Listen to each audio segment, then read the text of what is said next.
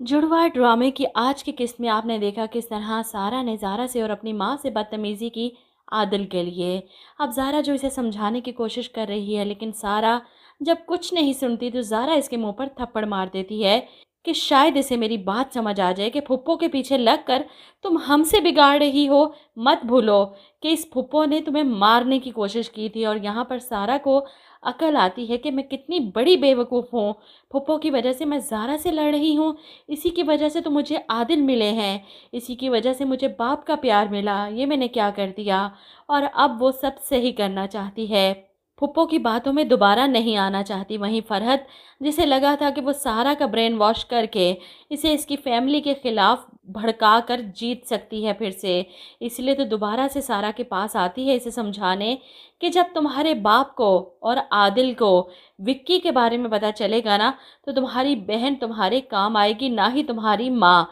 ये मैं ही हूँ जो तुम्हारा साथ दूंगी। अब सारा जो सब समझ रही है कि फुप्पो इसे इसकी माँ और इसकी बहन के खिलाफ भड़का रही हैं, इसीलिए वो फैसला करती है कि वक्त आ गया है कि फुप्पो की असलियत बाबा को बताई जाए। वो जाती है अपने बाबा के पास इन्हें सब सच बताने के। बाबा, आपको बताया गया था ना कि मैं घर से भाग गई थी, लेकिन मैं घर से खुद नहीं भागी थी, मुझे फुप्पो ने डराया था। इन्होंने कहा था कि अगर मैं मुनव्वर से शादी कर लूँगी तो वो मुझे जान से मार देंगी।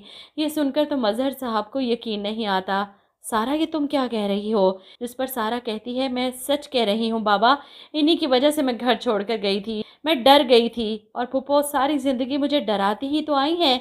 अब यहाँ पर मज़हर साहब परेशान हो जाते हैं। सलमा भी ये सुनकर खुश होती है कि फाइनली सारा ने अपना डर ख़त्म किया, फ़रहत के ख़िलाफ़ अपनी ज़ुबान तो खोली अपने बाप के सामने, फ़रहत की हकीकत तो लेकर आई। अब मज़हर साहब फ़रहत को आवाज़ें देते इसके पोर्शन की तरफ जाते हैं।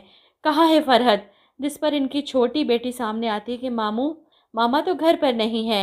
मज़हर साहब गुस्से से कहते हैं, कहाँ गई है तुम्हारी माँ? बुलाओ, उसे बात करनी है मैंने। फरहत इतनी तेज़ तरार है कि वो इस बात को भी फ़ौरन उल्टा देगी। मैंने तो सारा से ऐसा कुछ कहा ही नहीं था। सारा, बताओ, तुम्हें मैंने कभी तुमसे कहा कि मैं तुम्हें जान से मार दूंगी? मैं तो तुमसे इतना प्यार करती हूँ, अपनी बहू बनाना चाहती हूँ, लेकिन लगता है तुम आदिल से शादी ही नहीं करना चाहती। और यहाँ पर सारा फिर से घबरा जाएगी कि फुप्पो नाराज़ हो गई तो कहीं वो इसकी और आदिल की शादी ना तोड़ दें। इसीलिए वो फिर से फुप्पो की साइड लेगी अपने बाप के सामने कि बाबा, मेरा वो मतलब नहीं था, फुप्पो तो बहुत अच्छी हैं।